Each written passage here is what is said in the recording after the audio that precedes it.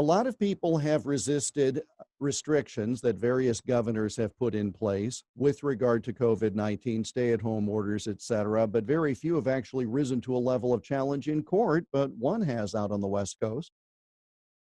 That's right. So in Oregon, that's exactly what happened. So the governor put into effect stay-at-home orders, but several churches and other small businesses feel the same way, challenged that order, saying, look, you went beyond the 28 days, now you need legislative approval. So a judge basically said then that government order is invalid.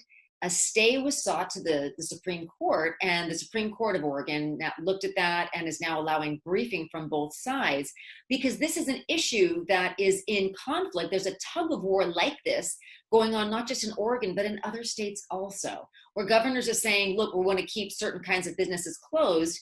And the small businesses are fighting back, saying you're going to put us out of business when you can't articulate a good reason to basically say churches, as with Oregon, cannot open. They're not safe to open, but Costco, Trader Joe's, Walmart, they are. So what's the difference? And this kind of litigation is going to be closely watched by other states that are in the middle of the same kind of tug of war for many of the same reasons. The foundational justification is probably the same state to state, but because each set of laws and administrative orders is different, they're all very factually specific, but generally, under what authority does a governor have to issue rules that essentially say you cannot open your business? That's right. So governors do have that authority, and it's given to them, especially in states of emergency like this, to make emergency orders. We're doing the same thing in California. I'm sure you are there as well. But here is the problem, because as you mentioned, all of the states' constitutions and the legislator have fashioned these laws a little bit differently. The legal analysis is going to be a little bit different state to state. But you also bring up the great point. It's the same argument. Specifically, does a governor have the right to basically have orders that can remain in effect longer than would require legislative approval? How far does a governor's authority, how far does it extend in a circumstance like this? And that there's an answer to that in every different state. And those answers have been challenged in different states.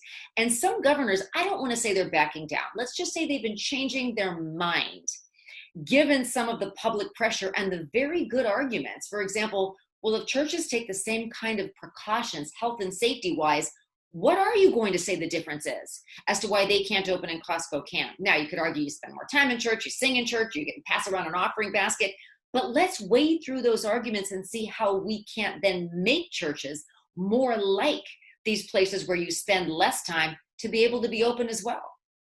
You also then finally have the concept of the individuals are violating, if they open, a civil order, an order of a governor.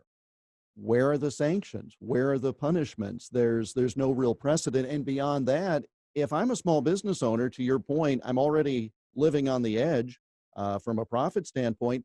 I don't have the legal resources to go sue the governor. So to some degree, many of these situations aren't challenged because you don't have a litigant who has the funding to make the challenge. You also don't have a litigant who has the funding to pay a fine. And that's why they're afraid to open, because you have seen small businesses fined. However, Jeff, as you and I both know, pro bono legal representation has always been in vogue, and many lawyers are actually making a very good name for themselves by taking some of these cases pro bono. So some of those litigants might, in fact, have free representation, which is a lot better use of their time and energy than opening, gaining bad press, and then paying a fine on top of all